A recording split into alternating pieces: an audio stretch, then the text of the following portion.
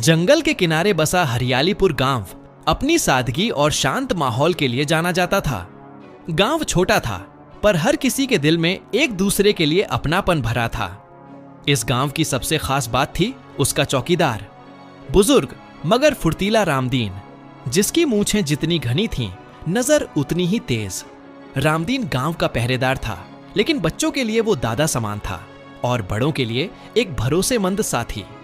उसका छोटा सा चौकीदार घर गांव के बाहरी किनारे पर था, ठीक वहीं जहां से घना जंगल शुरू होता था। रामदीन रोज रात को अपनी लालटेन लेकर गांव की गलियों में घूमता, कुत्तों को बिस्किट डालता और हर दरवाजे की खटखटाहट सुनता रहता। पर उस जंगल की कहानी अलग थी। गांव वालों के बीच कई सालों से यह बात प्रचलित थी कि उस जंगल में एक रहस्यमयी आवाज रात को सुनाई देती है। कभी किसी बच्चे की हंसी, कभी किसी औरत की सिसकी। कुछ कहते वहां एक भटकती आत्मा है, तो कुछ मानते कोई जंगली जानवर है जो इंसानी आवाज निकालता है। रामदीन इन बातों पर हंसता था, लेकिन उसकी आंखों में एक पुराना डर छिपा था। असल में 30 साल पहले उसका अपना बेटा उसी जंगल में खो गया था और आज तक उसका कोई सुराग नहीं मिला था।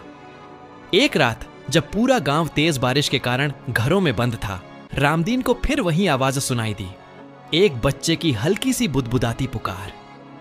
दिल थामे वह अपनी लकड़ी की छड़ी और लालटेन लेकर जंगल की ओर बढ़ गया। रास्ता फिसलन भरा था, पेड़ हवा में झूम रहे थे और हर झाड़ी से लगता कोई देख रहा है। लेकिन रामदीन बढ़ता गया। अचानक एक पुराने पेड़ के पास उसने कुछ देखा, एक छोटी सी रोशनी, और फिर दिखा एक बच्चा जो हूबहू उसके खोए बेटे जैसा दिखता था। लेकिन जब वह पास गया, बच्चा धुएं में बदल गया और हवा में गूंजती हंसी पूरे जंगल में फैल गई। अगले दिन सुबह जब गांव वाले रामदीन को ढूंढने गए, तो उन्हें उसका लालटेन पेड़ के नीचे पड़ा मिला और पास में मिट्टी पर लिखा था, मैं अपने बेटे के पास हूं, डरने की जरूरत नहीं। इसके बाद किसी ने रामदीन को नहीं देखा, लेकिन हर रात गांव की चौकी पर लालटेन अब भी जलती है और गांव वाले मानते हैं कि रामदीन अब भी गांव की हिफाजत करता है, एक रक्षक की तरह जो अब इंसानी नहीं लेकिन आत्मा बनकर चौकीदारी कर रहा है।